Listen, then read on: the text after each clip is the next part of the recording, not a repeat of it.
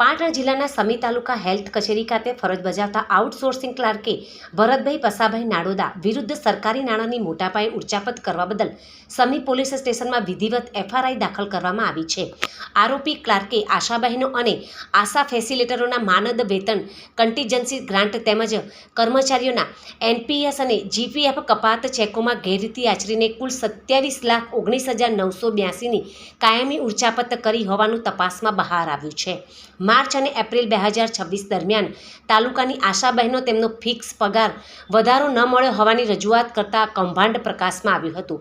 Bank વિગતોની તપાસ કરતાં જાણવા મળ્યું છે કે આરોપીએ આશાબહેનોના વેતનના 6,79,580ના ચેકમાં આંકડાની છેડછાડ કરીને તેને 26,79,580 કરી દીધો હતો। કર્મચારીઓની અસલ ટ્રાન્સફર શીટમાં પોતાનું નામ ઉમેરી અધિકારીની ખોટી સહી કરી 21 લાખ પોતાના અંગત એસબીઆઈ ખાતામાં ટ્રાન્સફર કરી દીધા હતા।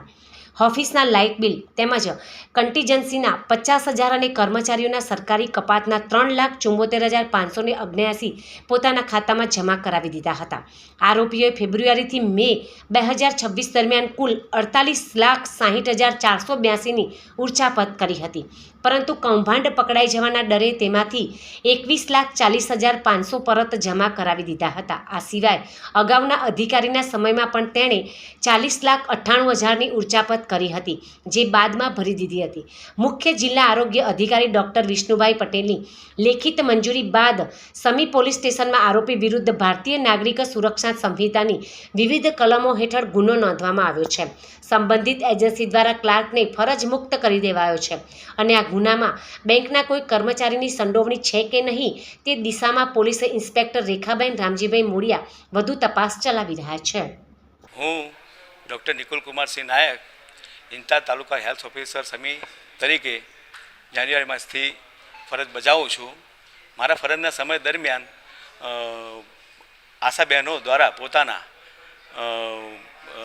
ભથ્થાના પૈસા ખાતામાં જમા ન થતાં અમોને આ બાબતે રજૂઆત કરવામાં આવેલી, જેની અમારા દ્વારા વેરીફાઈ કરતાં અમોને